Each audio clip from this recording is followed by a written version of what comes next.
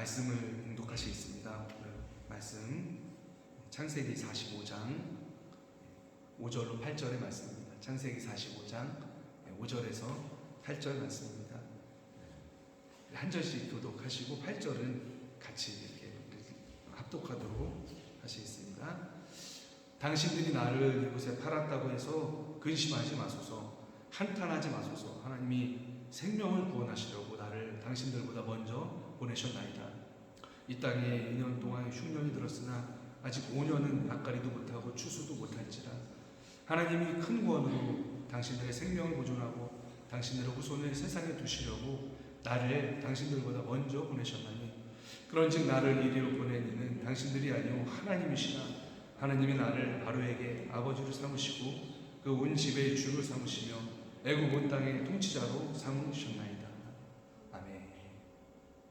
주님의 마음을 본받는 자라는 제목으로 말씀을 나누도록 하겠습니다. 오늘은 주연절 첫 번째 주일이자 주님의 수세 주일입니다. 주님께서 그 세례 받으신 것을, 요한에게 세례 받으셨죠. 그것을 기념하는 주일이기도 합니다. 그런데 오늘은 이제 주연절 첫 번째 주일로서 작년에 이제 창세기를 쭉 1장부터 강해 설교를 했는데 끝마치지 못했어요. 그래서 오늘 마무리하고 다음 주부터는 이제 신약 성경에서 한 권을 정해서 강해를 하려고 합니다. 로마서가 될 것 같아요. 이렇게 고민하고 있는데 아마도 로마서가 되지 않을까 싶습니다. 그래서 오늘은 창세기 설교를 이제 마무리를 짓고 그렇게 다음 주를 기약하도록 하겠습니다. 요셉이 이락 스타덤에 오르면서 국무총리로 등용이 됐습니다. 그 후에 눈부신 활약을 펼치죠. 그래서 흉년이 되기 전에 풍년 동안에 양식을 먹습니다. 7년 동안 양식을 먹어갖고 이제 앞으로 닥칠 또 7년의 대기근을 준비하는 거죠. 그래서 애굽이 굶어 죽는 것, 그러니까 아사하는 것을 요셉의 지혜로 방지를 합니다. 그리고 이 기근의 과정 중에 야곱의 모든 가족들이 뭡니까? 이제 애굽으로 이주를 하는 거죠. 물론 그 과정에서 어떻게 합니까? 요셉이 형들을 시험합니다.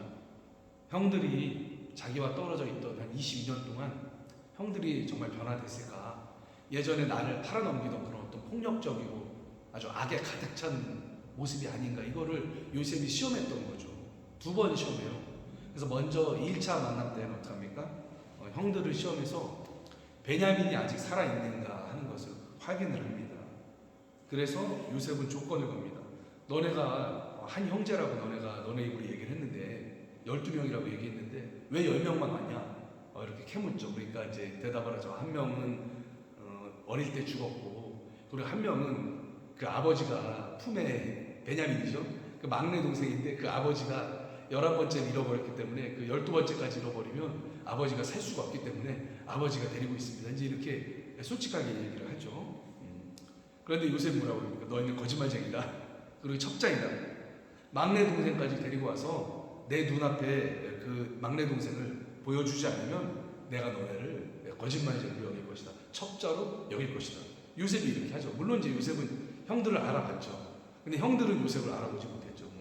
그 요셉이 애굽의 그 큰 나라의 국무총리가 됐을 거라고 형들은 꿈에도 상상을 못했던 거죠. 근데 왜 그랬을까요? 아마 자기를 해친 형들이면 자기 동생 베냐민도 해칠 가능성이 충분히 있어서 그렇습니다. 이게 이제 야곱의 집안의 이 뭐랄까 복잡한 가족 관계죠.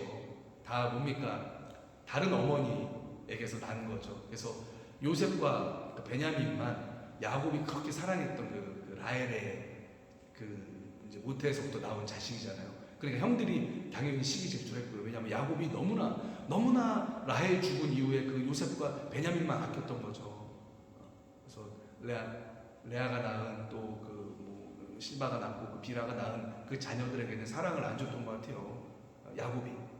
그리고 그 요셉과 베냐민만 아끼니까 이제 그 가족에 또 그런 어떤 좋지 않은 일이 일어난 거죠. 어찌됐든간 그러니까 이제 베냐민의 안위가 걱정되는 거예요.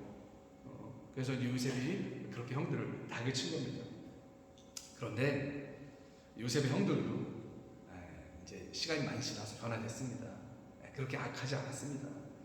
요셉이 히브리 말을 이제 알지 못하는 줄로 생각하고 자기들끼리 이제 이런 얘기를 한 거예요. 요셉 앞에서. 통역사, 이집트인 그 통역사를 세웠던 것 같아요. 히브리 말을 알아듣는. 근데 요셉은 히브리 출신이니까 너무나 잘 알아듣죠. 자유인이 무슨 말합니까? 창세기 42장 21절에서 25절입니다. 제가 읽어드리겠습니다. 21절에서 23절까지. 그들이 서로 말하되 우리가 아우의 일로 말미암아 범죄하였도다. 그가 우리에게 애걸할 때에 그 마음의 괴로움을 보고도 듣지 아니하였으므로 이 괴로움이 우리에게 임하도다. 이게 요셉 얘기죠. 요셉이 우리한테 우리가 구덩이에 넣었다가 그 종으로 팔아버릴 때 요셉이 우리한테 마음의 그 괴로움을 애걸했는데 우리가 듣지 않았다. 그래서 이러한 곤란한 일과 이런 괴로움이 우리에게 임하는 거다. 지금 22년 전 일을 뭐예요? 지금 후회하면서 뉘우치고 있는 거죠. 22절에 이렇게 얘기해. 르우벤이 그들에게 대답하여 이르되 내가 너희에게 그 아이에 대하여 죄를 짓지 말라고 하지 아니하였더냐. 그래도 너희가 듣지 아니하였느니라. 그러므로 그의 핏값을 치르게 되었다. 르우벤은 원래 잠깐만 구덩이에 넣었다가 아버지한테 보내려고 했습니다. 그 창세기 앞부분 나오는 원래 8년의 생각이 없었는데 르우벤이 잠깐 그 자리를 비운 사이에 다른 형들이 이제 팔아버린 거죠. 그들 사이에 통역을 세웠으므로 그들은 요셉이 듣는 줄을 알지 못하더라. 이렇게 지나간 그 요셉의 일에 대해서 형들이 얘기를 하는 겁니다. 형들 요셉이 이 말을 듣는 순간 뭐 눈물이 나는 걸 막 참을 수가 없었어요. 그래갖고 이제 몰래 이제 통곡을 하고 이제 다시 나오는 거죠. 형들에게 팔린 지가 이게 제가 계산해 보니까 약 22년 됐더라고요. 왜냐하면 요셉이 한 17살에 팔렸다고 가정을 하면은 30살에 바로 앞에 등용이 되거든요. 그러면 13년이죠. 그리고 이 당시는 그 7년 풍년이 지나가고도 한 2년 있다가, 그러니까 국무총리로 인한 지도 9년이 지난 거예요. 그러니까 더해 보니까 약 22년, 최소 22년 지난 시점입니다. 근데 그 22년 전에 요셉을 팔아버린 일을 두고 형들이 지금까지 근심하고 그 죄책감 가운데 살고 있는 것을 요셉이 발견한 것이죠. 그래서 그냥 눈물을 억제하지 못하는 거예요. 그래서 이제 24절 보니까 요셉이 그들을 떠나가서 울고 다시 돌아와서 그들과 말하다가 그들 중에서 시므온을 끌어내서 그들의 눈앞에서 결박하고 명령해서 곡물을 그 그릇에 채우게 하고 각 사람의 돈은 그의 자루에 도로 넣게 하고 또 양식을 그들에게 주게 하니 그들을 행하였다. 그래서 일단 요셉이 뭐예요? 둘째 형이었던 시므온만 영유를 해두는 겁니다. 그리고 나머지 9명의 형은 뭐예요? 곡식 줘갖고 돌려보내는 거죠. 왜요?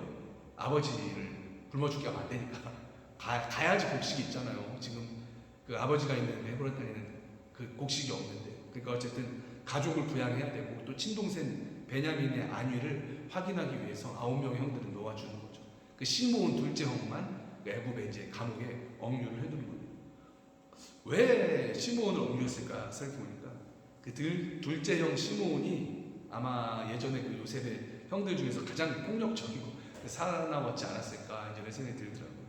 그래서 이제 그를 억류하고 이제 다른 형들은 아버지에게로 이제 올려 보낸 것이죠. 근데 이 야곱에게로 갔던 이 형들이 쉽게 다시 돌아오질 못합니다. 또 왜냐하면 동생 베냐민을 데리고 이제 가야지 시므온을 다시 찾아올 수도 있고 또 곡식도 더 얻어서 올 수 있는데 쉽게 가지를 못해요. 왜 그랬을까요? 야곱이 이 베냐민을 내어주질 않는 거예요. 애굽으로 가야 되는데 야곱이 그 품 안에 끼고 내놓지도 않는 겁니다. 허락을 안 하는 거예요. 왜요? 베냐민까지 잃어버리라고.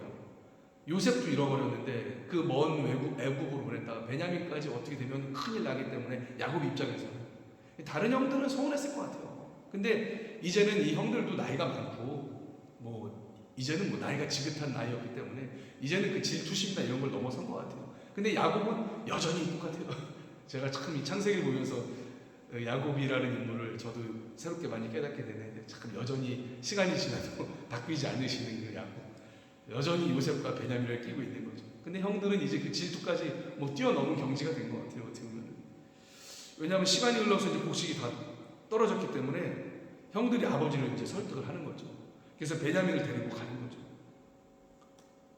어차피 거기 있으면 베냐민을 보내나 보내지 않나 전부 다 굶어 죽기 때문에 야곱도 이제 어떻게 할 수가 없는 거예요. 곡식이 다 떨어졌거든요.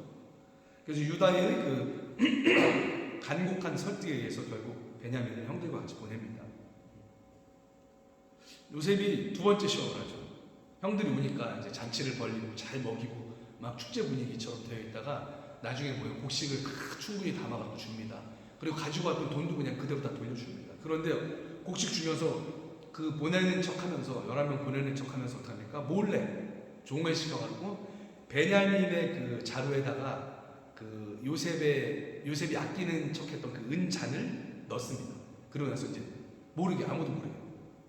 그러고 나서 이제 가던 도중에 뭐요? 군사를 보내갖고 너희 중에 도둑놈이 있다. 우리 주인님 요셉이 아끼는 은잔을 훔쳐간 도둑놈이 있다. 이제 그렇게 한 거죠. 그러니까 다들 뭐 자신만만한 거예요. 아, 우리는 그런 사람이 아닙니다. 누구 자루에서 은잔이 나오든 그 사람은 뭐 뜻대로 하소서. 뭐 왜냐면 자기들 훔친 게 없으니까. 근데 누구 잔에서 나오니까 베냐민 그 자루에서 나온 거죠. 은잔이. 그러니까 어떡합니까? 전부 다 다시 야곱이 있는 야곱이를 그 요셉이 있는 그 요셉에 살고 있던 집으로 뭐 성처럼 의리의리했을 겁니다. 다시 끌려가게 된 거죠. 그리고 어떻게 합니까? 요셉이 엄히 얘기를 하죠. 엄하게 얘기를 합니다. 근데 왜 그랬을까요? 형들이 어떤가를 보려고 했던 것 같아요. 형들이 아직 예전 그대로인가 이걸 보려고 했던 것 같아요. 예전에 형들이었으면 어땠을까요? 베냐민을 위해서 자기가 희생하려고 안 했겠죠. 왜냐하면 베냐민이 뭐예요? 라헬이 낳은 자식이니까. 아버지 야곱이 그 둘만 편애했잖아요. 그러니까 눈에 가시 같은 그 팔아버린 요셉의 동생 아닙니까? 그러니까 별로 신경 안 썼을 거예요. 예전 같으면 그냥 자기들만 그럼 베냐민 알아서 하세요. 제가 도둑질하는 거 저희는 몰랐습니다. 그리고 자기들만 공식 받아갖고 그냥 무사히 길을 떠났겠죠. 예전 같아요. 상관하지 않았을 거예요. 그런데 어떡합니까? 이 장면에서 형들이 변해 있습니다. 모두 다 나서지만 특히 누구예요? 넷째 형 그 유다가 나서갖고 자기 동생 베냐민을 위해서 아주 간절하게 간청을 합니다. 베냐민의 목숨과 우리 아버지의 목숨이 이어져 있습니다. 이 베냐민 아들이 어떻게 되면 우리 아버지는 하늘로 바로 그냥 갈 수도 있습니다. 스올로 내려간다고 표현을 하지만 아버지 목숨이 이 아들과 하나로 이어져 있습니다. 차라리 나를 잡으십시오. 차라리 나를 체포하십시오. 이렇게 자기를 희생하면서 베냐민을 풀어주려고 이렇게 하는 거죠. 완전히 변한 모습을 보여주는 거죠. 성숙한 모습을 보여주는 거죠. 또 진심으로 아버지 그 야곱의 생명과 안위를 걱정하는 모습을 이 형들이 보여준 것입니다.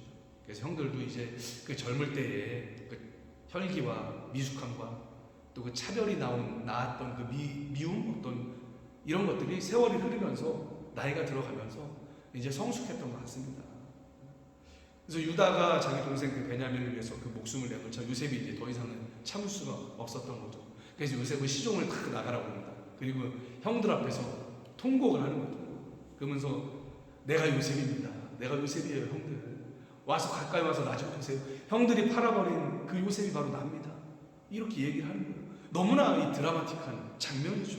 너무나 이게 오늘 우리가 읽은 이제 그 45장의 내용이에요. 앞절은 읽질 않았지만 요셉이 큰 소리로 우니 애굽 사람에게 들리네 바로의 공중에 들리더라. 요셉이 그 형들에게 이르되 나는 요셉이라. 내 아버지께서 아직 살아계십니까? 형들이 그 앞에서 놀라서 대답을 하지 못하더라. 요셉이 형들에게 이르되 내게로 가까이 오소서. 그들이 가까이 가니 이르되 나는 당신들의 아우 요셉이니 당신들의 애굽의 판자라. 이렇게 얘기를 하는 거죠. 그러고 나서 이제 그 이어하는 말이 오늘 우리가 이제 같이 읽은 말씀인데요. 이 말이 참 걸작이에요. 걸작 중에 걸작입니다. 뭐라고 그럽니까? 5절. 당신들이 나를 이곳에 팔았다고 해서 근심하지 마소서. 한탄하지 마소서. 하나님이 생명을 구원하시려고 나를 당신들보다 먼저 보내셨나이다. 이렇게 얘기를 하는 거죠. 그러니까 하나님이 나를 이곳에 두기 위해서 당신들에 의해서 팔리게 하셨으니까 근심하지 말고 한탄하지 마라. 하나님이 생명을 구하기 위해서 나를 당신들의 손에 의해서 이곳에 보낸 거다. 이런 부분이죠. 이 놀랍죠. 내가 당한 그 불행한 사건을 두고 나를 불행하게 만들었던 그 당사자들 앞에서 이렇게 얘기할 수 있는 사람이 얼마나 되겠습니까? 너무나 이거 놀라운 고백이죠.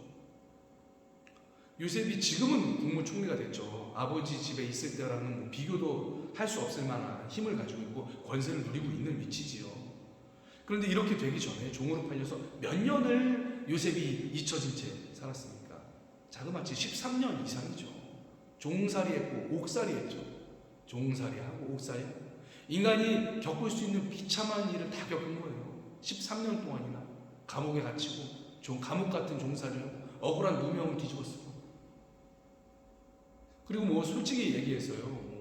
막말로 요셉이 바로 앞에서 등극될 때 형들이 뭐 도와준 거 있습니까? 없죠. 뭐 감옥에 있을 때 면회를 한번 왔습니까? 아니면 뭐 의복을 한번 넣어줬습니까? 아니면 바로의 꿈해석을 도와줬습니까? 그런 거 전혀 없죠. 형들이 사실 요셉에게 한 일은요, 나쁜 일이죠.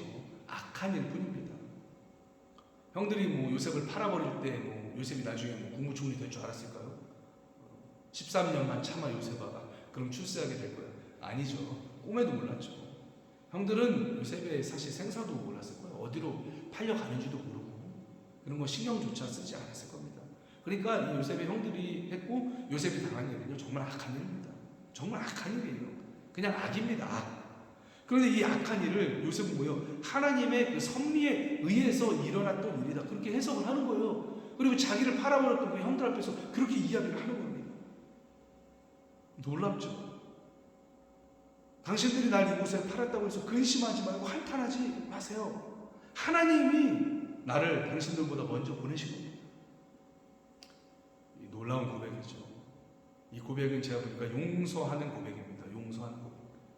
마음에 그 응어리졌던 거를 드디어 형들 앞에서 뭐요? 용서하는 거예요. 요셉도 사람인데 그 응어리가 없었을까요? 그 숱한 세월 동안 형들에게 이 버림받았다는 상처가 엄청났을 것 같아요. 형들에게 버림받아 팔렸다는 그 상처가 엄청났을 것 같습니다. 지금은 뭐 지위적으로나 뭐 재산적으로나 위치적으로는 회복됐지만 그 형들에게 그 관계 가운데서 오는 그 상처가 엄청나지 않았겠습니까? 근데 그걸 용서하는 거예요, 요셉이. 자기가 용서하면서 그냥 푸는 거죠. 나한테 한 일 때문에 내 스스로 안갚음하지 않겠다는 고백이죠. 근데 원한을 죽을 때까지 품지 않겠다는 고백이죠. 하나님의 섭리로 여기고 덮겠다는 거죠. 어떻게 이럴 수 있을까요? 저는 요셉에게서 정말로 이 수준 높은 용서를 배웁니다. 근데 성경을 아무리 봐도 이후에 요셉이 형들한테 자기가 그 과거에 당했던 일을 빌미로 해갖고 뭐 해코지를 했다거나 뭐 위협을 했다거나 겁을 줬다거나 이런 기록이 없습니다. 오히려 뒤에 가면 한 번 더 나와요. 무서워하는 형들을 한 번 더 위로합니다. 요셉이 품는 거죠. 이게 뭡니까? 정말로 악을 뭐요? 선으로 갚는 거죠. 악을 선으로 갚는 거죠. 그 마음에 쌓인 게 얼마나 많았을까요? 종살이 하면서, 감옥살이 하면서 얼마나 13년 동안 힘들었을까요? 응당 뭐, 형들한테 좀 죄값을 치르게 해야지 그게 정의로운 것이다. 뭐 이런 생각도 한편에 들 수 있었겠죠. 그도 사람인데. 그런데 요셉은 그렇게 하지 않죠. 그런 생각과 마음들을 하나님이라는 분한테 집중하면서 극복했던 것 같아요. 그러니까 생각의 방향을 바꾼 거죠. 사람이 여러분 어떤 생각할 때요, 한 가지 방향에 꽂히면 뭡니까? 계속해서 그 방향으로 생각을 해요. 그래서 사람의 그 생각도 관성이 있어가지고 하나에 꽂혀서 그 방면으로만 생각하게 되면 계속해서 그 생각과 의지가 그쪽으로 나갑니다. 그래서 행동도 그렇게 하게 되고요. 이게 이제 생각과 의지의 관성이죠. 그래서 만약에 요셉이 형들이 자기한테 했던 그 옛날의 일에 계속해서 사로잡혀갖고 계속해서 그걸 생각하고 계속해서 그것만 묵상을 했다면 뭐예요? 나중에 야곱의 집안에 뭐예요? 이게 안갚음이 있었겠죠. 피비린내가 났을 겁니다. 요셉 국무총리가 됐을 때 처형당했겠죠. 바로를 설득해서 군대를 파견할 수 있었을 겁니다. 과거에 나를 팔아버렸던 괘씸한 것들이 저기 살고 있습니다. 바로요. 군대를 100명만 좀 허락하소서. 이 당시 뭐 요셉의 영향력이면 그건 뭐 어려운 것도 아니었을 겁니다. 1000명도 아니고 100명이니까요. 그런데 요셉은 그러지 않았죠. 자기가 옛날에 당했던 그 악한 일, 그걸 생각한 게 아니고, 그걸 묵상한 게 아니고, 그 자기에게 나쁜 일을 했던 그 형들에게 자기 생각을 고정하지 않았다는 거죠. 오히려 뭡니까? 요셉은 위에 계신 하나님께 그 생각을 고정했다는 거예요. 하늘을 봤다는 거죠.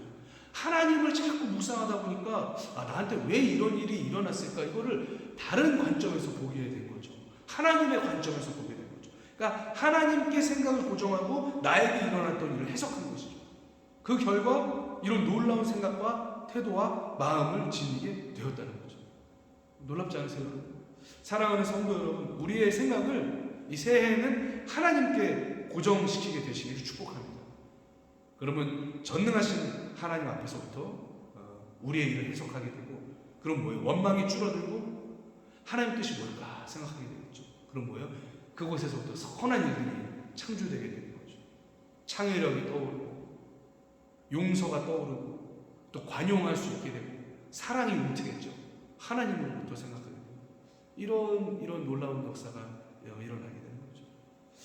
또한 이제 요셉은요, 이제 개인에게 일어났던 일에 대한 용서를 넘어서서 하나님께서 자기에게 주신 이렇게 옥살이까지 시키면서 국무총리를 왜 하나님이 만드셨나, 이 자기 인생에게 주신 그 뜻과 소명을 요셉이 파악하게 됩니다.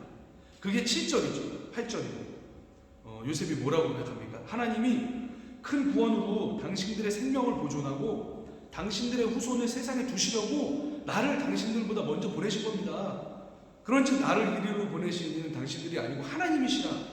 하나님이 나를 바로에게 아버지로 삼으시고 그 온 집의 주로 삼으시며 애국 온 땅의 통치자로 삼으셨나이다.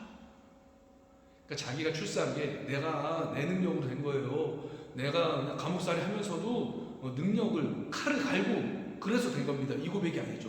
요셉이 자기가 이렇게 된 게 철저하게 누구예요? 하나님의 뜻에 의해서 나는 이 자리에 온 것이다 고백을 하는 거죠. 그리고 정확하게 파악합니다. 요셉이 정확하게 파악한 것 같아요.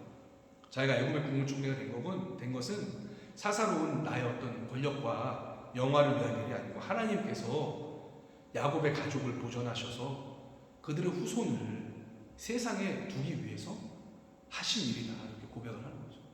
맞는 말이죠. 그게 이스라엘 아닙니까? 그게 이스라엘 민족이고 유다 백성이고 그 뿌리에서 뭐요? 예수님이 구원자가 메시아가 탄생하게 된 거죠.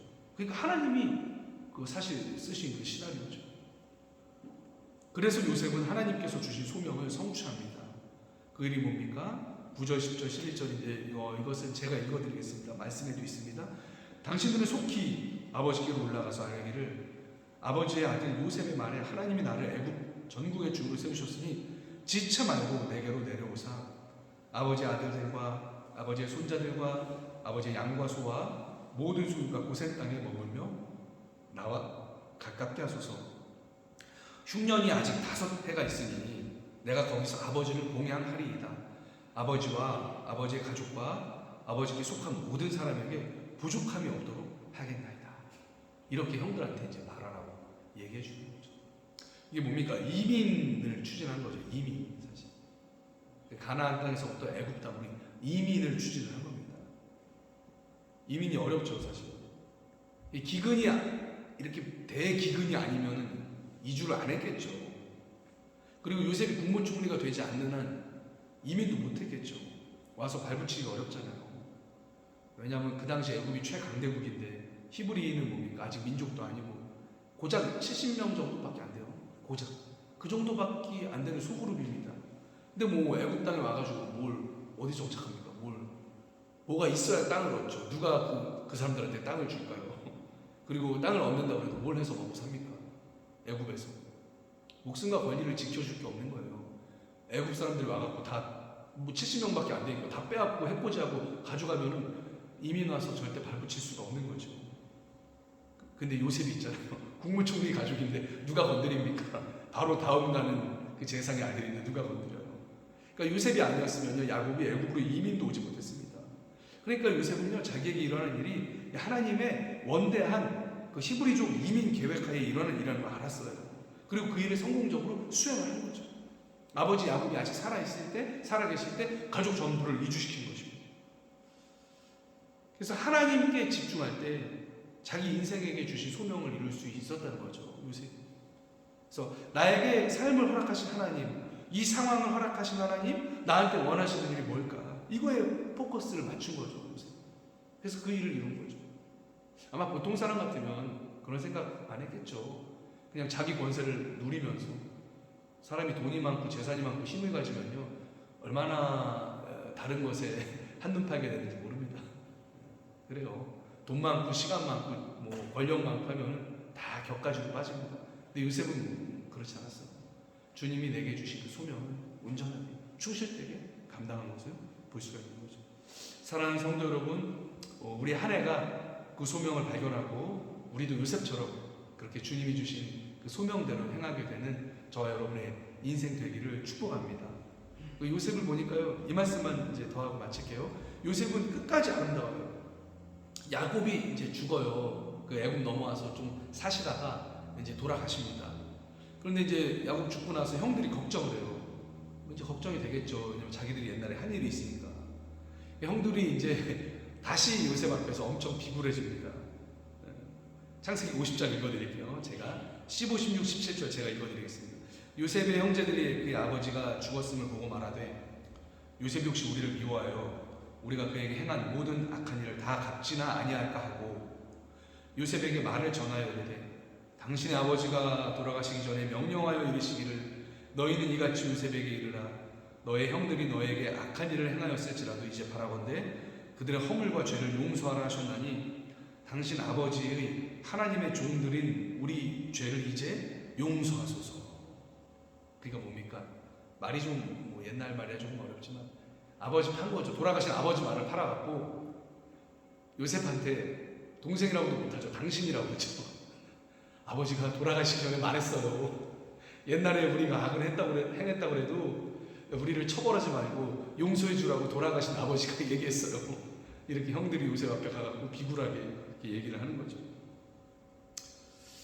근데 성경이 어떻게 기록을 하냐면요. 요셉이 이 말을 듣고 울었다고 기록합니다. 울었대요, 요셉이.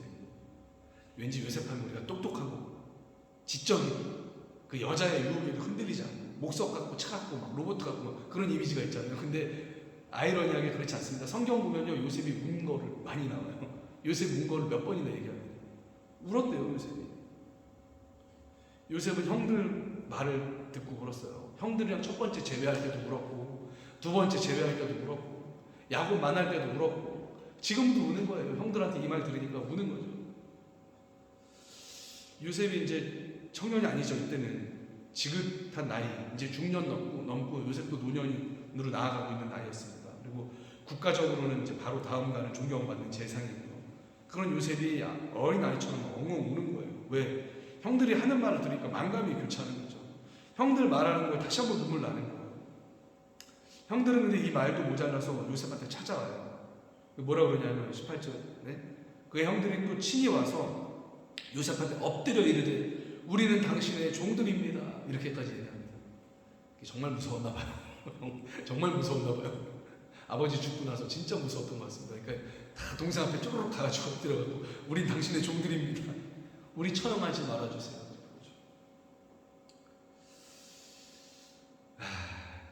요셉이 뭐라고 얘기합니까? 19절입니다. 요셉이 그들에게 이르되 두려워하지 마소서 내가 하나님을 대신하니까 당신들은 나를 해하려 하였으나 하나님은 그것을 선으로 바꾸사 오늘과 같이 많은 백성의 생명을 구원하게 하시려 하셨습니다.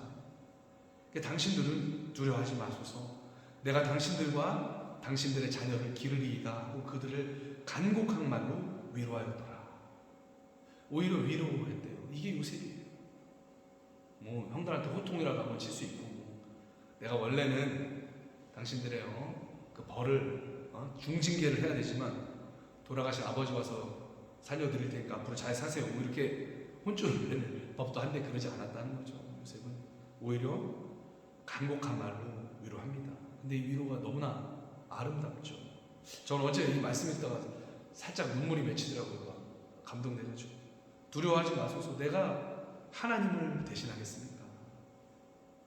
당신들은 나를 해하려 했지만 하나님은 그것을 선으로 바꾸셔서 오늘과 같이 많은 백성의 생명을 구원하게 하셨습니다.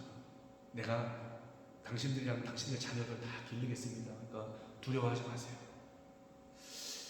자, 이 장면 보니까요 마치 그 10명의 형들이 어린 동생 같아요. 그리고 요셉이 오히려 첫째 형 같습니다. 저는 이 기사를 묵상하면서 참 눈시울이 붉어지고 마음이 감동됐습니다. 악을 선으로 갚는 거죠. 악을 오히려 은혜로 갚는 거죠.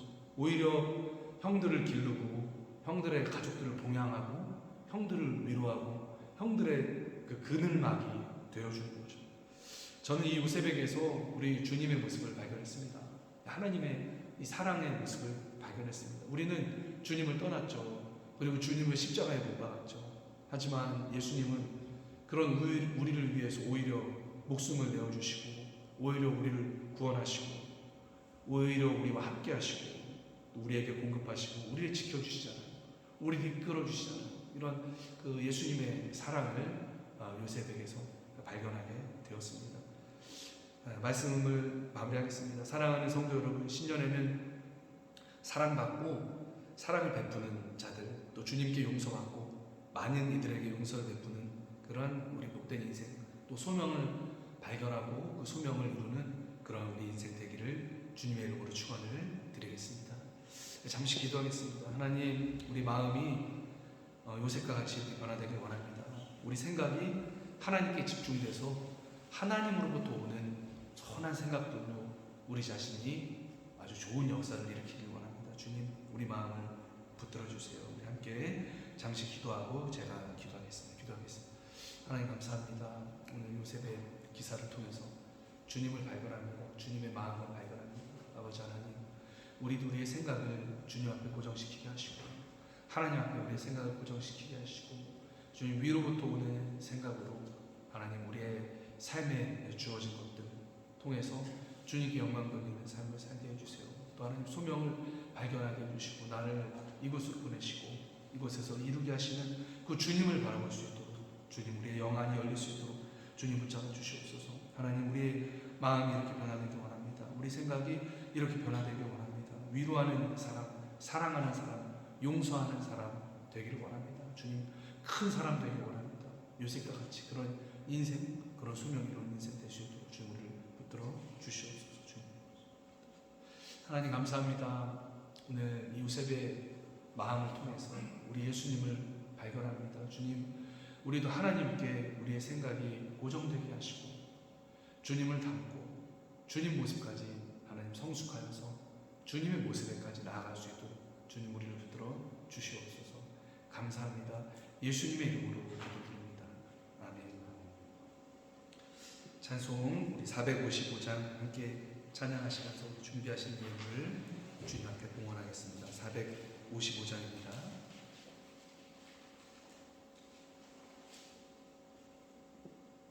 주님의 마음을 본받는 자, 그 마음에 평강이 찾아오는 험악한 세상을 이길 힘이 하늘로부터 임함이로다. 주님의 마음 본받아 살면서 그 거룩하심 나도 이루리. 주 모습 내이며 금성 내 귀에 안 들려도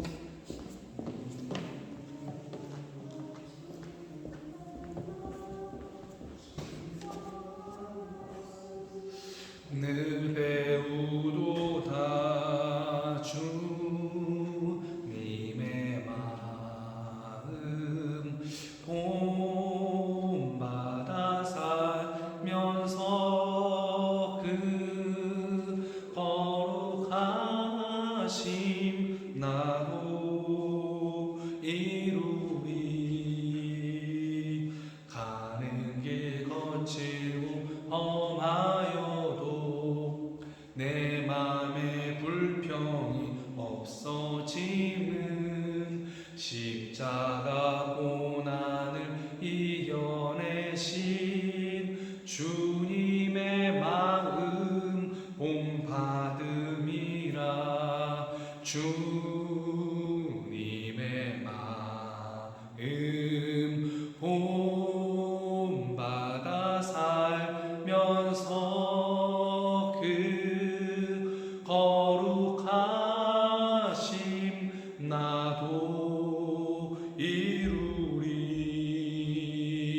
주 예수 세상에 다시 오실 그날엔 무성도 변화하여 주님의 빛나는 그 영상을 다 함께 보며 주 찬양하리. 아멘. 주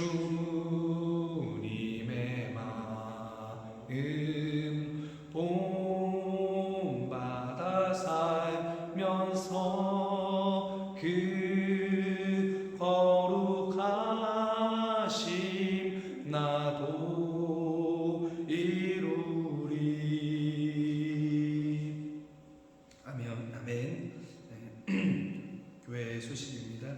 주일 예배 시간이 이제 작년과 동일하게 오후 3시로 이렇게 진행될 것 같습니다. 변동이 되면은 제가 또 말씀을 드리겠습니다. 다음 주 새해표는 주님께서 이끄시는 교회입니다. 우리 예수님이 주인 되셔서 우리 주님이 이끌어가는 교회 되시도록 기도해 주시기 바랍니다. 또 많은 환우분들이 있어요. 감기 때문에 못 나오시는 분들도 계시고 그러니까 기도해 주시기 바랍니다. 그리고 우리 정수영제 한국 갔다가 무사히 오셨네요. 환영합니다. 축복합니다. 감사합니다. 이제 자리에서 일어나셔서 별단을 찬양하시고 제가 기도함으로 마치겠습니다.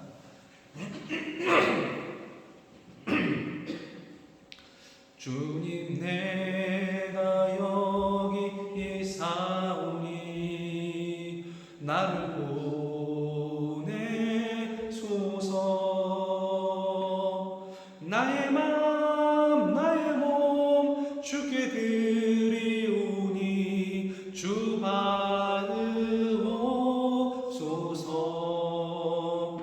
주님 내가 여기 있사오니 나를 써 주소서. 가진 것 모두 다 주께 드리오니 주 받으옵소서. 할렐루야 할렐루야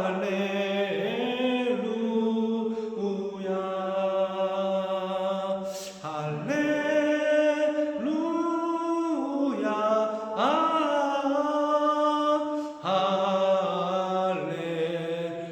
할렐루야. 나를 받으옵소서.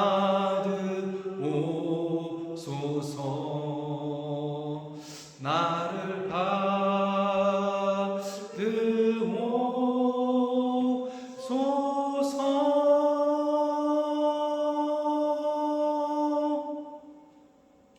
하나님 감사합니다. 우리에게 주신 모든 것이 주님의 은혜입니다. 하나님 우리가 이러한 고백을 담아서 주님 앞에 예물을 드립니다. 주님 예물 흠양하시고 받아주시옵소서. 예물 드린 손길을 기억하셔서 하나님 그 손으로 하는 일 주님 요셉처럼 하나님 주신 소명을 하나님 이루는 그 손길 되게 하시고 예물이 쓰이는 곳마다 하나님 복음이 선포되고 하나님 새로운 영혼이 주님 앞에서 복음을 듣고 살아나는 놀라운 역사의 예물이 쓰일 수 있도록 주님 붙들어 주시옵소서. 지금은 우리 주 예수 그리스도의 은혜와 하나님 아버지의 극진하신 사랑하심과 성령의 감화, 감동, 교통하심 하나님 우리의 삶에 아름다운 열매를 맺히도록 주님을 바라보며 주님으로부터 오는 그 소명을 깨닫고 소명을 이루기 위해서 삶을 살아갈 것을 다짐하는 사랑하는 빌레벨트 교회 모든 성도님들 머리 위에 지금부터 영원까지 함께 하시기를 간절히 축원하옵나이다.